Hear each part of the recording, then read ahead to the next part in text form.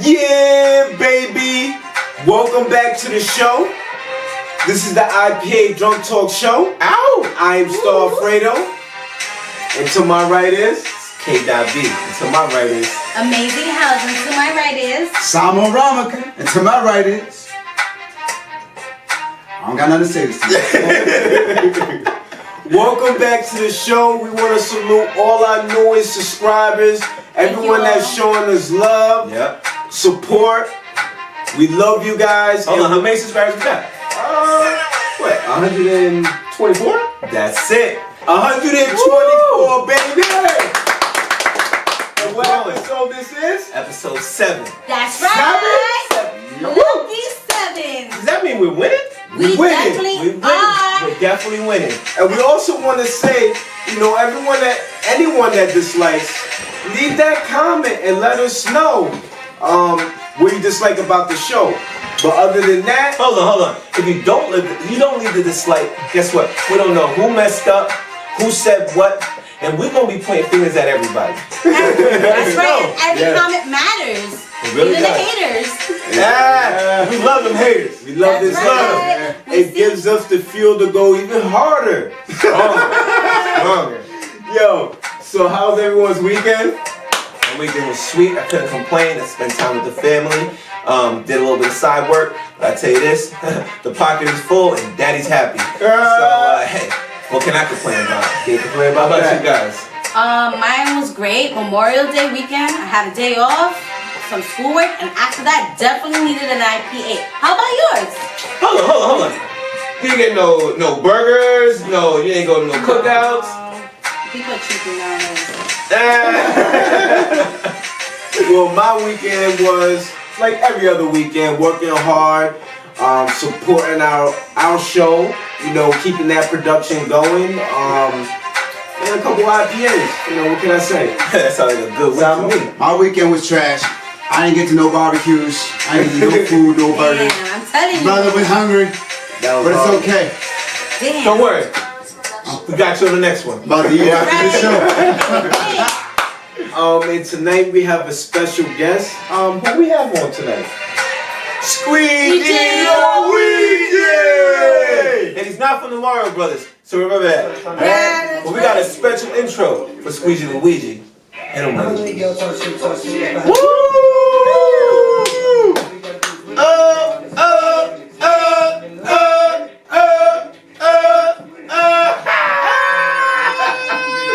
Squeegee Luigi don't play no games when he comes to the set. Welcome to the show, brother. It's nice to have you on the show. Nice to have you. Thanks for coming, bro. Thank you guys. Thank you. so much. Nice meeting you. My brother, that light is your friend, huh? That's his friend every time. I like to thank IPA for having me here, man. Yo, guys, you guys are turnt, man. That's right. Thank you, man. We appreciate That's it. the only way we can do it. Also, how was your weekend, man?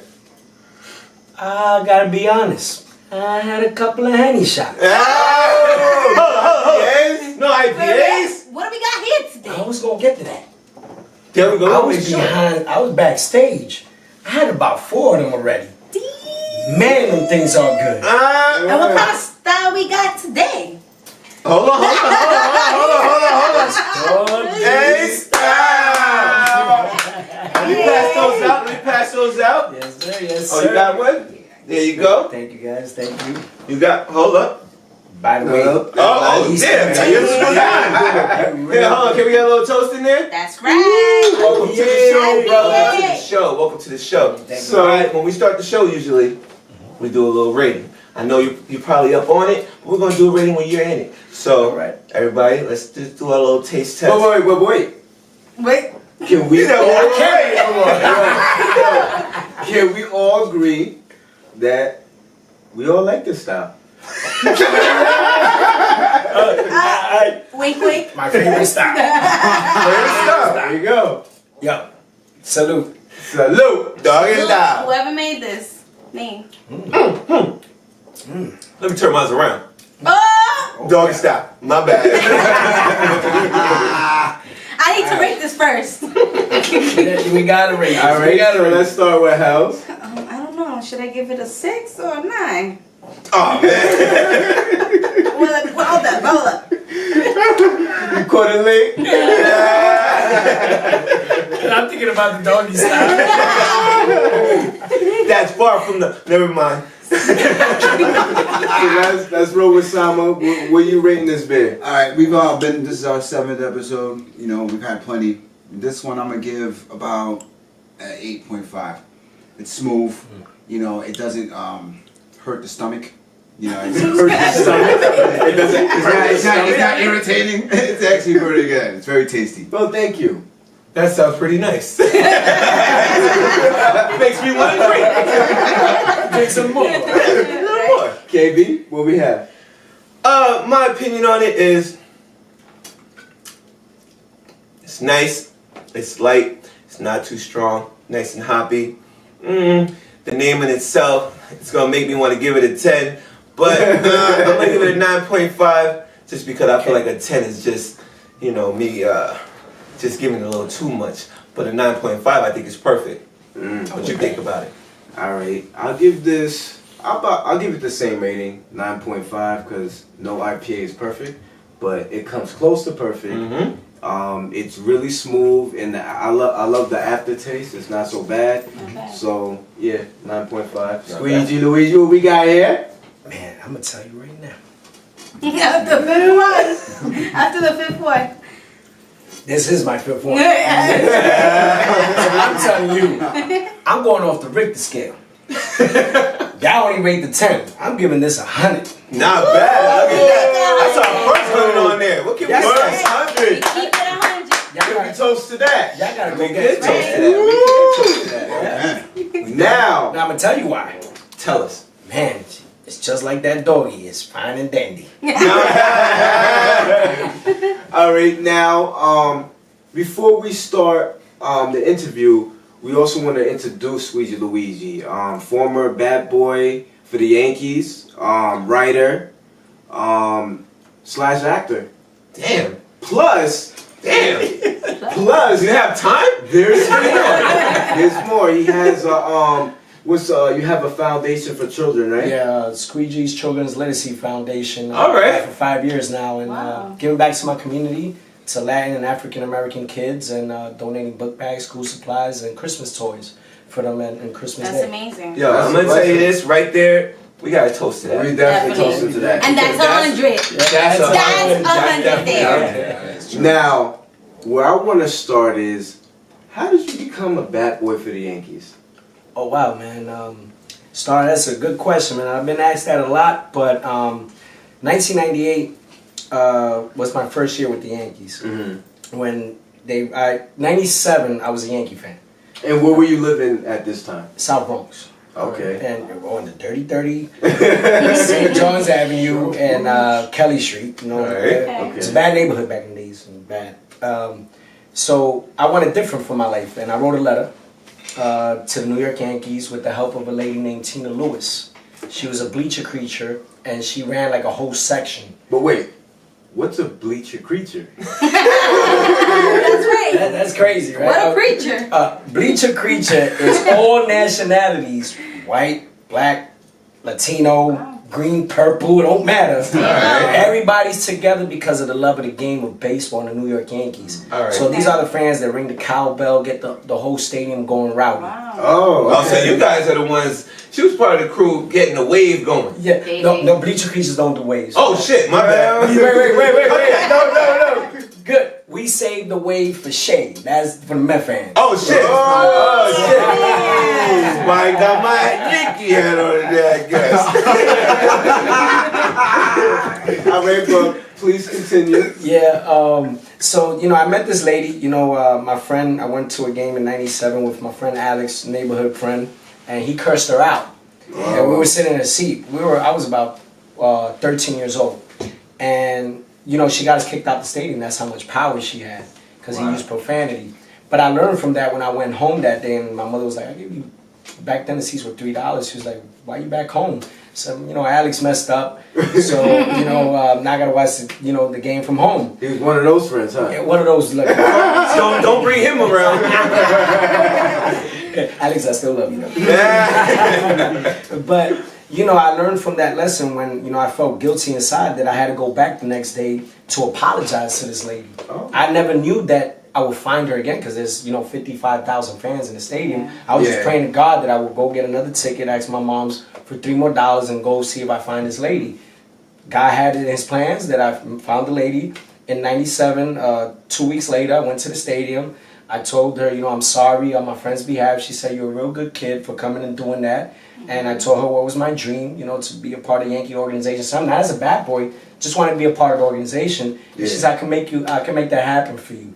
And she helped me write a letter to Sonny Hyatt from the administrator of the New York Yankees. Nice. And when I got the letter back in 2 months, they wrote to me and they said, welcome to the 1998 New York Yankees staff. How did you, wait, how old were you at that time? I was 15 now. How did you feel as a 15-year-old kid being brought on as a Yankee bat boy? Hold on, can I interrupt that? Yeah. Lit. Especially being from the Bronx in a bad neighborhood, right? Yeah, I was growing up in a drug infested neighborhood, violence. You know what I'm saying? You know, everybody has that, you know, rough community, but I just wanted I saw things different. My mother never let me outside, you know what I'm saying? My dad, I was always a homebody in school. So I wanted to think out the box. I wanted to see the four corners of the world. And that lady gave me the opportunity, and when that letter, when it came in and my mother opened it up, she almost passed out. I almost killed my own mother at 15 years old without But she was happy, my dad was happy, and I had to pinch myself because I was like, nah, somebody's messing with me, man. And the letter had the World Series trophy, 96 on the bottom, and the letter wrote, you know, from, you know, Sonny Hyatt, the New York Yankees, Steinbrenner, Cashman, and they welcomed me into the family. And my first day on the job in 1998 of April, I got to meet Derek Jeter to welcome me into the New York Yankees family. Yeah. And now Spencer drops this one on Helen, deep left center and gone. Unbelievable.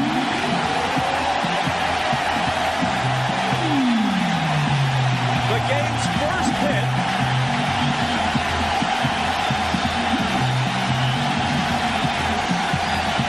And Spencer continues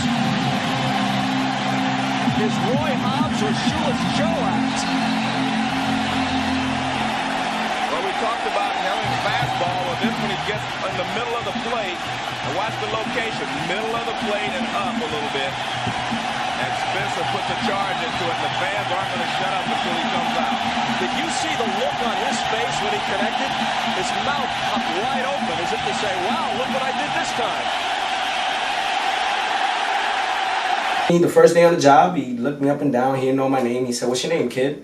I said, Luigi. He goes, you ain't gonna look like no Luigi, man. So he's looking me up, and I'm nervous. I'm like, Derek Jeter's right in front of me. I used to see him on the baseball card. Right? You know what I'm saying? And now he's right in front of me, and he's getting dressed, ready for the game, and he's like, yo, dog, you wear your uniform baggy like Beirut. Because, you know, back in the days in the South Bronx, you wear your clothes baggy. Now we wear tight jeans and stuff. You know what I'm saying? We don't know about those tight jeans. I got them on now. Sorry. Jesus, not tight compared to what we see.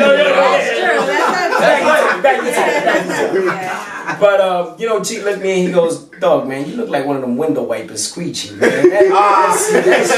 And once Jeter dons you, he nicknames everybody. From Joe Torre to George Steinbrenner to visiting players, they called me Squeegee, and it's stuck to me to this day from 15 years old to 36 now. Wow. I remember when I first met you, I was like, I was introduced to you by a mutual friend at the time. Yeah. He was like, yo, I want you to meet Squeegee Luigi. I was like, what? Squeegee Luigi? That's the name. Like, But then when Is he a window cleaner? Clean my windows? But when I met you and you told me like the brief story, I was amazed. I was taken away, and I was like, yo, you know, I was telling everybody on the team, we definitely have to have you here for an interview. Absolutely. And tell your story Appreciate to that, the world. man. Yeah, I know a lot of people know you, and you did a lot of interviews, but you haven't did one on IPA Drug Talk. So Let me tell you 2-0 on Bellinger, has been behind on every single batter that he's faced, the three of them. There's a long shot by Bellinger. Grieve going back, but he's just looking at this one. And a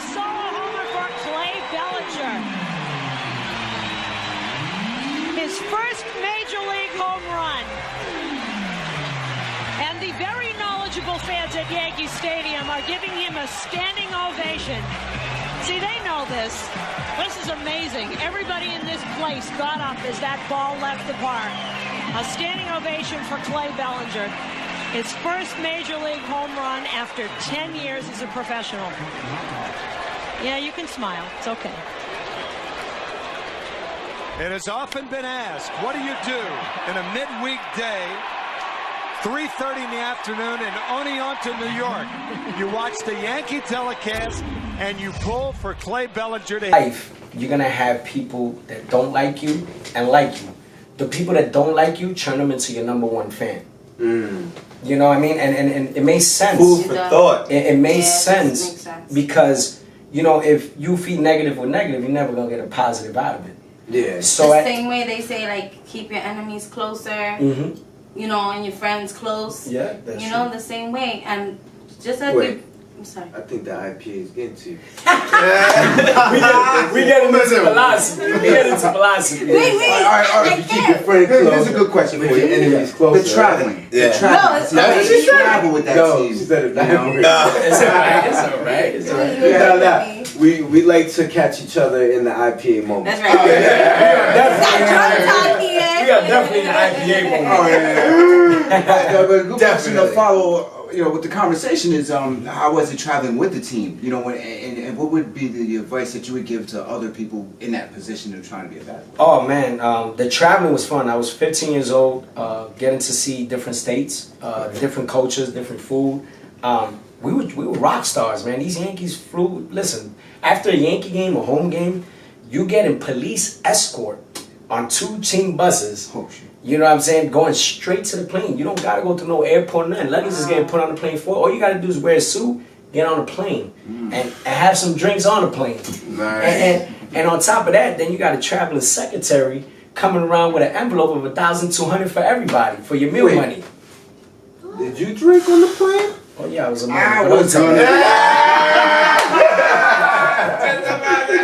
We Yankees, man. We turned up. We doing Beirut days, man. Oh, shit. And I used to throw him back with David Cone, man. You know what I mean? He's a good friend of mine, man. And there's a lot of players that show me the ropes, like Mendoza. And then, you know, traveling, it showed me at 15. My first time flying was to Atlanta with the Yankees for the World Series, 99. Nice. And you got a kid from the Bronx. I didn't own a suit. So in 99, the World Series, I was supposed to report at 1:45 for, you know, team bus to make the plane. And now Joe Torre's looking at me, he's like, you got a suit, kid? Because it's mandatory you had to wear a suit. Hold on, Joe Torre himself? Joe Torre himself. He said, kid, you're not getting on a plane like that because it was criteria that you have to wear a suit to get on the plane. So we had a guy named Joe Oakes who does suits for all the players. Ramiro Mendoza said, listen, this is 45 minutes before getting on the team bus. They're driving me to the city in the clubhouse car, got me a suit, some gator shoes. I was feeling like a Get the fuck out, bro! Fred. Not just regular. Joe Oakes from Portobello, man. That's what it is. You know what I mean? And you were only 15? I was only 15, and that was my first own suit. Nice. With some gator shoes. And when I got on the plane, you know, it was like a family. They treated me like one of their little brothers. And got to experience, you know, the World Series in Atlanta when we scraped Atlanta 4 games. You know what I mean? And Not bad, it's what Yankees do. Yeah, came that was my second year, and I was actually considered the good luck charm of the New York Yankees throughout their 3 dynasty runs back to back to back. Wow.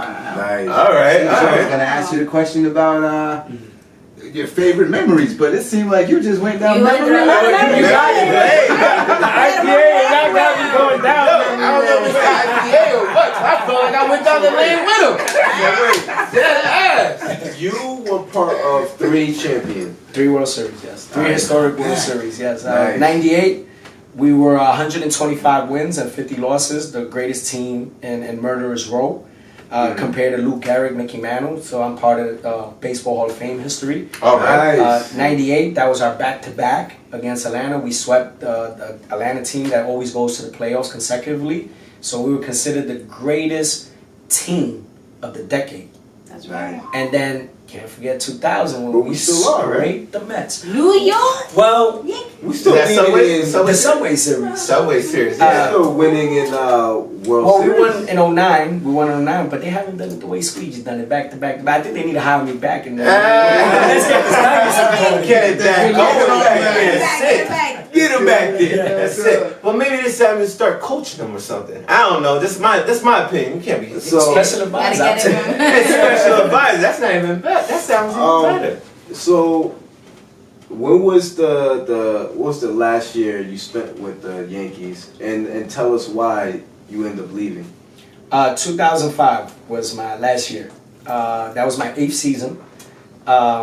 You know, people make mistakes in life, and I'm honest and I man up. I wrote it in my book.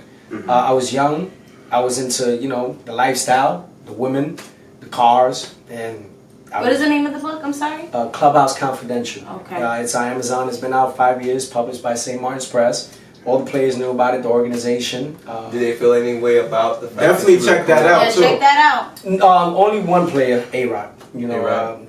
we were friends once, but we're not friends because Jeter's my boy, and Dad, you know, he talked bad about my boy, so you know I got to defend my boy G. You know what I'm saying? And at the end of the day, you know, I made a mistake, and I honored that mistake, which was that I recommend for bat boys now, don't do what I did. I got caught up. You know, my head, you know, exploded a little bit. Yeah. I was on cloud 9. You know, I was one of the top bat boys, had seniority. I took, Masui asked me to get him a car wash, and I took it for a joyride. And I passed a toll. And this is being honest, I got no shame because I wrote it in the book and people could learn from my mistake. Yeah. And at the end of the day, when I came back, I parked the car, you know, it caught a ticket, the Easy Pass ticket, it caught a ticket. So the ticket came to the New York Yankees front office, and they wanted to talk to me about it. But another incident had happened where I got into a bar fight with Ruben Sierra in a club, X Bar. I don't know if you remember the old Jimmy's Ron's Cafe. Okay. And I wrote that in my book also. We got in a bar fight. That was in August. My incident happened in June. And honestly speaking, they never gave me the chance. You know, I had to tell a lie to protect a player with a fight that we had. You know what I'm saying? Because contracts could get broken. But I also couldn't make it. I had a black eye and a busted lip myself. How do I look walking into work? 2 people got busted lips. You know what I'm saying? So I had to tell a lie, and then the other thing just came down on me, and then we just parted ways. But I did a lot of things for them that situation itself could have been handled differently, because I did for them things illegally that I really don't want to talk about, but they know about, and they know that they got to look themselves in the mirror because they did worse things than I did. Okay. But I just want kids to learn, don't take a car for a joyride without a license, and it's not recommended. That's what I was going to ask you, because I still can't believe you was 15 years old. Yeah. 15 years old, you have a lot on your plate, you're still in school, you still haven't graduated, and then you got the peer pressure and your friends and everything. What do you got to say to the kids out there that, you know, they look at themselves and they're like, I can't get there. You know, a lot of stuff at home, and Especially how you described it at first, like where you came from. Like, from when you're telling me that, it's like, wow, this guy dug himself out of a hole and brought himself somewhere where he was able to grow. You know, yeah, you did have your mistakes, but it was something that, you know, made you into something, you know, it made you something a lot brighter. Yeah, it made me learn. Honestly speaking, there's a lot of pressure with fame, and I was from a neighborhood that had nothing. To seeing $100 grand a year, 15 years old. Yeah, that's you know what I'm saying? And your life, sweat. Yeah, it's like it's like what Jeter said. Your lifestyle's about to change. He said, you're gonna have all the girls in high school. He wasn't lying. You know, you hang with these guys, they give you high fives, you're getting TV time. Fame ain't all what it's meant to be, man. Biggie said it best. It ain't all cracked up what it's meant to be. Because at the end of the day, you get caught up. You know, you lose sight because of all the distractions around you. Fame, remember, the Yankees are global. Yeah. So at the end of the day, wherever you go, I used to get free meals, and I was only a bat boy. You know what I'm saying? These guys were hitting home runs, so imagine what they get. Rolexes, free Rolexes, you know, free Ferraris. You know what I'm saying? So it's just, what I want to tell kids is that, you know, if you focus on a dream and a goal or something that you want in life, go for it. But remember, ground yourself, because and surround yourself with positive people. Because the negativity, the leeches, will suck you dry and you lose everything in a heartbeat, man. My father always said leeches. That's a big word, you know, like, you know, they suck you in, and also as kid, like you said, like you're 15, all the peer pressure, but you did a big thing. You actually apologized. Yeah. And as a 15, you don't see your grounds and be like, there's a lot of pride. Yeah. And if you didn't apologize, Yeah, I did it publicly But you because were they didn't give 15 me. at that time. Well, You I might was- have been I was 22. 17. Okay, at that time, I was okay. 22, yes. And, you know, I wanted to do the book because I wanted the public to be the jury. Okay. You know what I mean? And that was my way of letting everyone know that I got nothing to hide. Yeah. You know what I mean? Because this is a billionaire corporation. You can't fight them. Yeah. You know what I mean? So the only way to make ends meet and make eye to eye and let them hear you, because they try to keep you grounded. Not saying the players, the organization. Yeah. And at the end of the day, I just wanted my voice to be heard and give a voice to other bad boys. When they make, we all human, we all make mistakes. But at the end of the day, that shouldn't be the way you get judged and labeled for the rest of your life. It's the comeback that makes you stronger. Yeah. That's definitely true. How did they feel about the fact that you were coming out with a book? A couple of people were nervous, and they know why they were nervous. But others that knew me well, they knew the title itself wasn't a snitch book. It was about my years of Yankees. The St. Martin's Press, the company, put that title because I wanted to name it an American Bronx native bad boy dream. Oh, nice. You know what I'm saying? Yeah. And you know, it's a corporate world, so they changed the name to, you know, make book sales. But that's not what I wanted. I wanted to tell my side of the story of an 8-year-old, you know, 8 years of being a bad boy, experienced a kid from the Bronx that came from nothing, got to see the world with celebrities, got to meet presidents, United States President, Mayor Giuliani. You know, I wanted to share that with other kids. Yeah. So the company, you know, decided to go that route and just to make book sales. So they try to make it seem like it was like It's like white collar, white on white crime. a snitch, like you're like talking about. Yeah, like a Jose Canseco, what he Yeah. did. That was a snitch book. He told about steroids and people that use. I didn't do that. Yeah, you know what I mean? All I did was just tell the truth. You kept it. You kept the confidence of the players that were on your team. Yeah, like David And you Cole. kept like, yo, that's our business. We experienced that ourselves. Yeah, amongst us. We don't have to let that. Yeah, and I never did that to hurt nobody's marriage. And that's why my book, if you read it, it sold a lot because people like, the people that want the dirt, they was like, no, I want the steroids, I want this. yeah. So that's what they were You know what I mean? expecting. Yeah, because of the title. And what Yeah. happened was you got a kid talking about, yeah, you know, I got to, you know, be with women in hotels. Me, you know what I'm saying? Because I was young, going to Toronto, going to Boston, Baltimore. I had my own hotel room. You know what I mean? I had my own, they gave me $1,200 to travel with them. So I was living their lifestyle, luxury. But at the end of the day, I just didn't, that wasn't my goal. My goals were to, you know, David Cohn sponsored the book. You know, he put a quote. He always shows me love. Derek Jeter gave a quote. Must be a famous bat boy if people speak about him. You know what I mean? Bernie Williams, Tino Martinez. They see me to this day. Even they come to my neighborhood and show me love still. It's just a couple of people in the organization with the white collar that don't like me. But they got to tell me to my face. Yeah. And maybe they will, maybe they won't. I don't think they won't because they're scared of what their skeleton, not mine. They got to admit to their skeletons. I already admitted to mine. And you know what their skeletons look like, right? Oh, yeah, definitely. They better cool it. They better cool it down. But I won't go that route. My route is, you know, to be positive, help kids in my community, show them that, you know, I was 15 years old. I got to live every kid's dream. Yeah. And I got to do it for a lot of years. So my job now is that I go to schools and talk to kids and let them know, you know, I did this. I didn't finish high school. That's not the route I'm telling you to take. The route I'm telling you to take is stay in school, sports second if you want to play sports or whatever job you want to do in life, and then focus on your family. Education's the key. Yeah, you know what I'm saying? Education's the key. Yeah, because I was a straight A student, but you know I messed up. But I can't blame me. I was making 6 figures, man, at a young age. And you gotta remember, fame is everything. Yeah. Family. Well, fame. Let me tell you something. Fame is Well, he's hard. family. He's Oh, family. family. See, it's the IPA. I'm sorry. We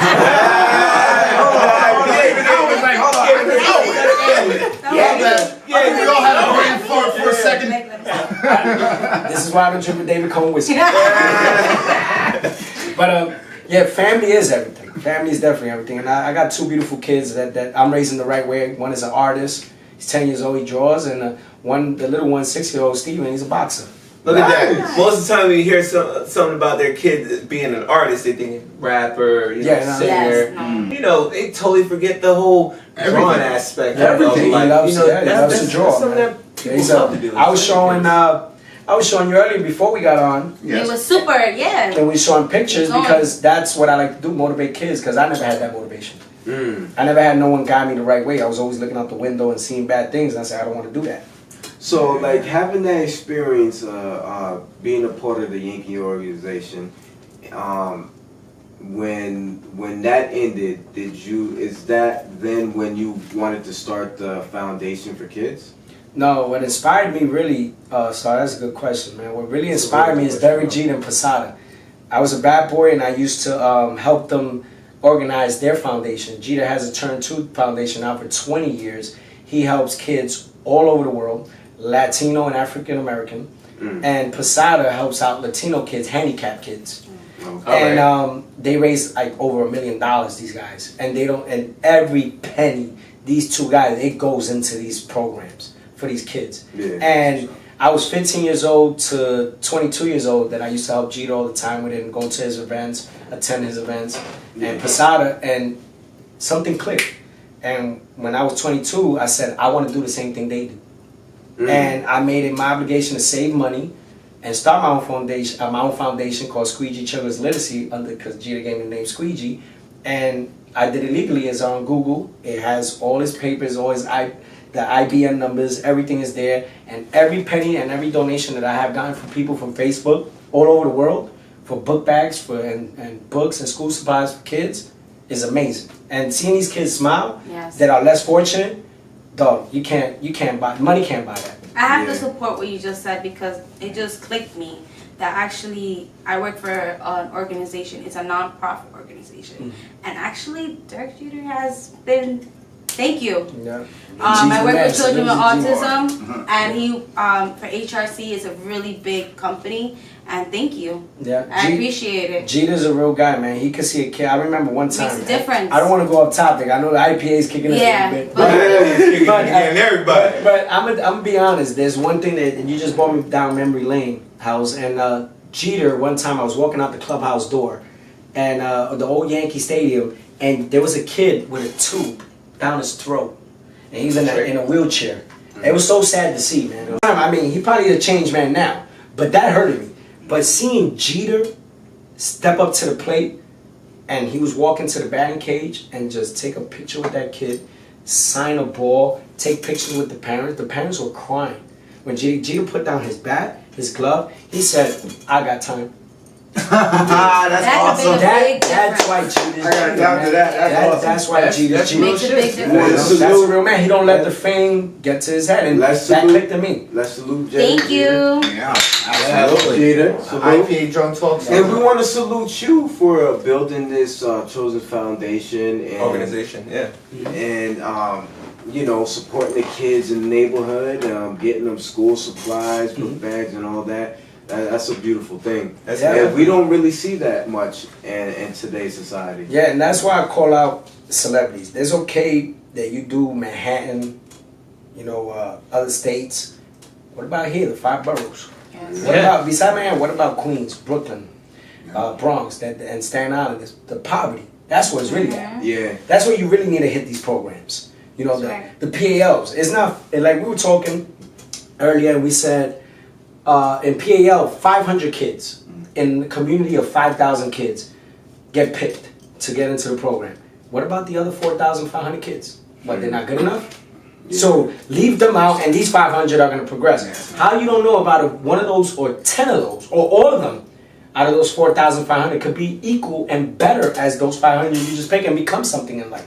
You depriving them, and that's what leading these kids to go to the streets, sell drugs, do things. I see this since a little kid, and that's what I'm trying to stop with my foundation.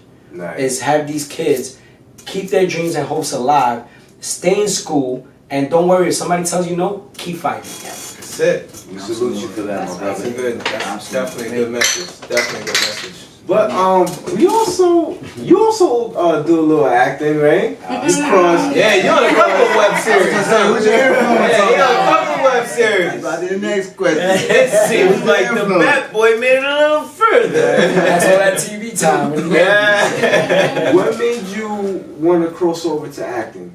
You do know when my team clocks in, it's cleanup time. Grannies, kids, and all.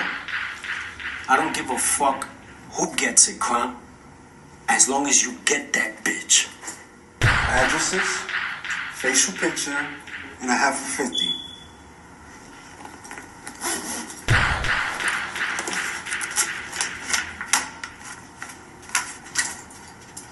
No witnesses, Crown. Problem. I know that. But wait. I was a part of that too. You know about that. Y'all did. I've heard of that before. Wait, you play a guy that that gets killed, but it's about a gangster story. Oh, you ain't even really here. No, he put out a gun before he Before he gone? Yeah, you got to die with honor. Went out like a G. They did it 30. Yeah. Here you go. I get shot too. But it's good. But that opportunity that he gave me, it was for me to bring out the best. I wanted to prove my friend right. The belief he had in me, and he pushed me to do. He said, if you do something, you got to do it from the heart. If you don't got your heart in it, don't do it, because you're wasting people's time. And you see me firsthand. I work hard. Definitely. I remember my lines. I try to make it to perfection. So when he gave me that opportunity for Borderline Cartel to play a hitman, I said, dude, I witnessed this all my life. At 15 years old, seeing, stabbings on federal indictments. But it just gave me the opportunity to grow, and I appreciate him for that. And then on the road, I've done Angelica, 848 Management Disco. I play a hitman. Nice. I seen little previews to that. Shout outs to Disco, because he gave me another opportunity to play a different person, a psychotic, drug dealer hitman. And so you do different roles then? Oh yeah, I do all. You did the doggy style.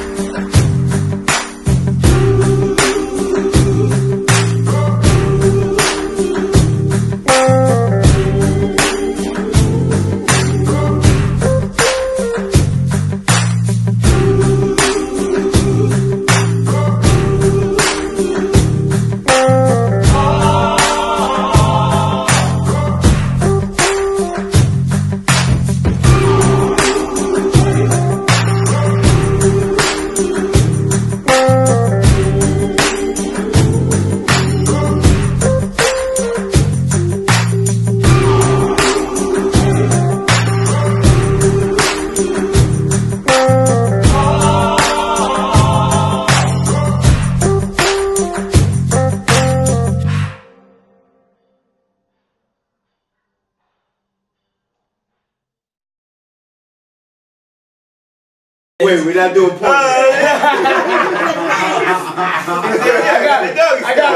I got offered one time in Florida to do an $800 porn. I said, I'm not doing it. I'm gonna fucking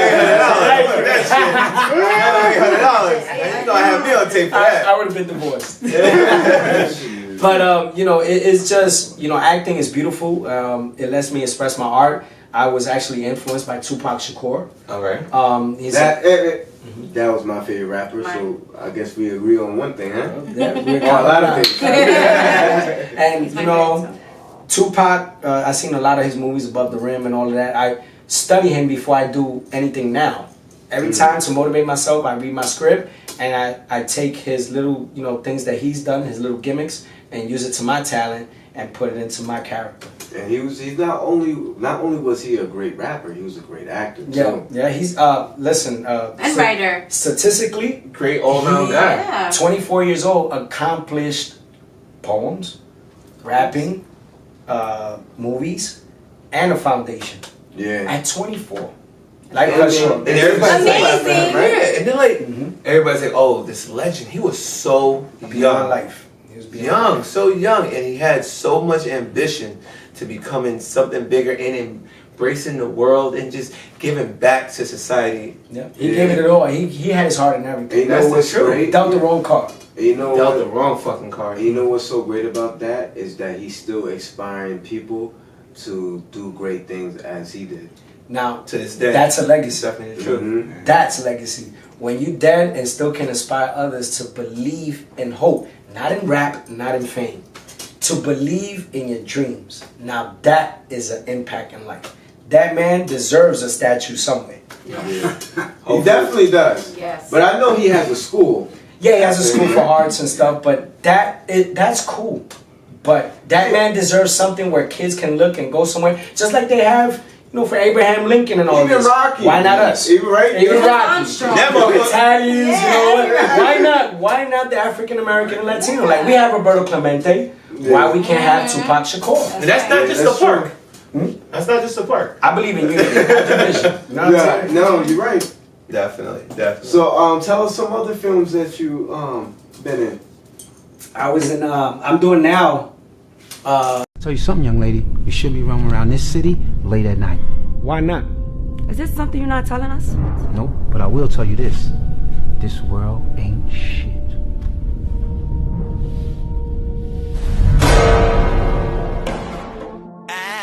Ain't about your money, we don't speak to each other. I got one bitch on chef and the other one burning rubber. Hammer stock to the tip, them hollows locked in a clip. Them bullets loose in your body, serve every shot to you twitch. Oh damn, this world ain't shit, so I know I'm stuck with it. Big pistol on the hip for my foe. Untuck with it, nigga try to play slick, get exposed. No luck with it. Big clip and I can prick out his clothes. Come fuck with it. Real killers don't cut no ties. This web pilot series for YouTube called Guilty Souls. Here, I play a backstabber. I like playing these roles. Why? I read the script. What? You get that for me? Yeah, what? You thought I had something back there. You got that back there? The fuck?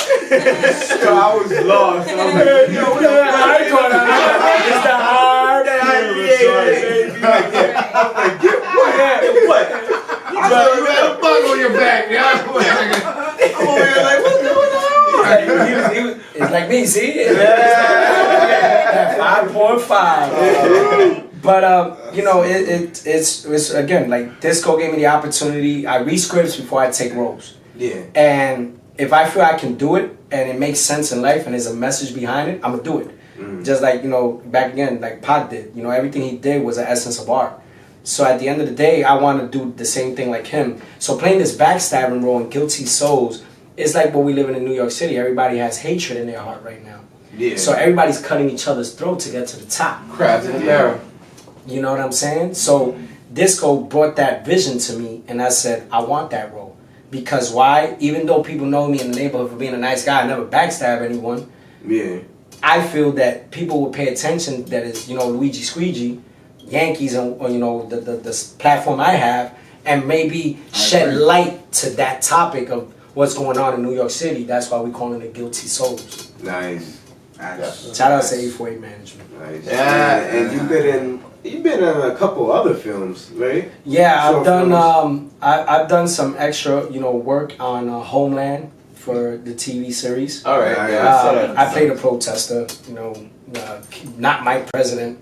I was get on there for like 2 seconds. Speaking of that, we got some questions on that one before the yeah, show. Oh yeah, we go. Well, Mr. Trump, I got something for you. You know, I did also Blue Bloods. I played a baseball player. That's my shit. I ain't gonna lie. I played a baseball player in a rape case. All they got me doing is pitching, and the girl says that the whole team raped her. Wow. And you know what I mean? I did that. I played an extra in that. And I also did an appearance on Love and Hip Hop with Mama Kim. Nice. When she was fighting Kim Bella, you know, shout outs to Mama Kim and I think I met Mama Kim through you. Yeah. No, humble. She's real. Definitely She's humble. real, humble. She's down to earth. What you see is what you get. It's real. And nothing fake about her. And to this day, she's still asking about Start figuring, where's my pictures? Yeah. His mama. You still want my pictures? His mama, she's humble, man. God bless her and her family. You know, she's real as it gets. You know what I'm saying? And those are the works that I've done. You know, and I did Broken Window. That's that shit. Where I play a psychotic drug dealer. I influence a guy that came home from jail, and I make him come back to the limelight because he needs money. And you know, he's looking for a job and can't find a job because people don't hire ex-cons. All right. So the only way is come back, work for me. I'm the devil, you know, and that's the role I play. And I catch his ass at the end of the show. At the end of the movie, I catch his ass and send his ass to jail. That's you. That's the cop. That's the cop. Should have been on New York Undercover. Like you play New York Undercover, He should have been on that show. You know what I'm saying? But so definitely see that he gets himself, you keep yourself active. And I'll tell you this, yourself bro. in the scene. You are a great actor. You think so? And a great person to inspire I've seen people, it too. just to hear about the fact that you care about kids so much and that you want them to go down a perfect path. It's that right there. You don't see a lot of people doing that. Yeah. And that right there is something that we all should look on and say, that's something we should do. Because guess what? Kids are our future, but if we don't guide them the right way, that's facts. Come on. That's true. Easy. We need that. I think so. I know so. But it wouldn't even matter what I think. It only matters what you think. Well, no, I honestly, it does matter what people think, just like yourself, because I like criticism. Whether bad or good, like y'all said at the beginning of the show. Tell me, because I need to. I want to know that this way. I need that hater. Got a couple of haters. And I need that criticism so I can grow as a person, not just as an artist or an author. You know what I'm saying? I need that so we can all grow from this and learn from each other. Because listen, if you don't know how to take criticism, then you don't belong nowhere. Oh, what about constructive criticism? Constructive criticism is beautiful. Yeah, that's the one. 2 different times. Yeah, that's the one that gets you because he's not hating. He's telling you that, or he or she is telling you that this is what you need to correct. This is the fault that you made. That's like a teammate picking you up when you make a mistake. And you need that. Yeah. You don't want a friend to tell you that you're great, and exactly. I don't need a yes man. No. I need someone to tell me, tell me where. And that's why I respect that. That's why I love. That's why I love my brother Vice, because that man for 20 years stood by my side and told me to my face when I was wrong and corrected me, and he made me a man. And he's older than me. He's like my OG, you know what I'm saying? That's what's up. And he's the reason why I'm here and got us, a level head. And let's salute him. Yep, Brother Vice, man. Brother Vice. Salute. And Squeegee, I definitely invite you. Would love to continue talking to you for hours, but we had hit our mark on the show, and it's coming to an end. Yes, sir. We want to salute you for coming on the show and showing us love, and you already know we show you the utmost respect and love. So what you saying is part 2 is coming? Yes. Part 2 is coming, baby. Before it ends, because I love kids. Part 2 definitely got I know that you're also writing let them know about the book that you are writing for kids, Yeah. because I know you did a book before. Yeah, I'm writing now. I'm writing a kids book about inspiration called The Lucky Baseball Squeegee. It's about a kid. It's about a kid that meets a baseball that changes his life. The baseball talks to him and inspires him, and he becomes lucky, and it transpires to the community and makes the community better. And cheers to kids. Woo! Look out for that. Yes, don't forget. Look out for that. But before we go, this is the IPA Drunk Talk Show with Squeegee Luigi, baby. That's right. it. Woo! Can I just say one thing? What's up? Thank you, Jimmy the Barber, for keeping me good, looking good. Yeah.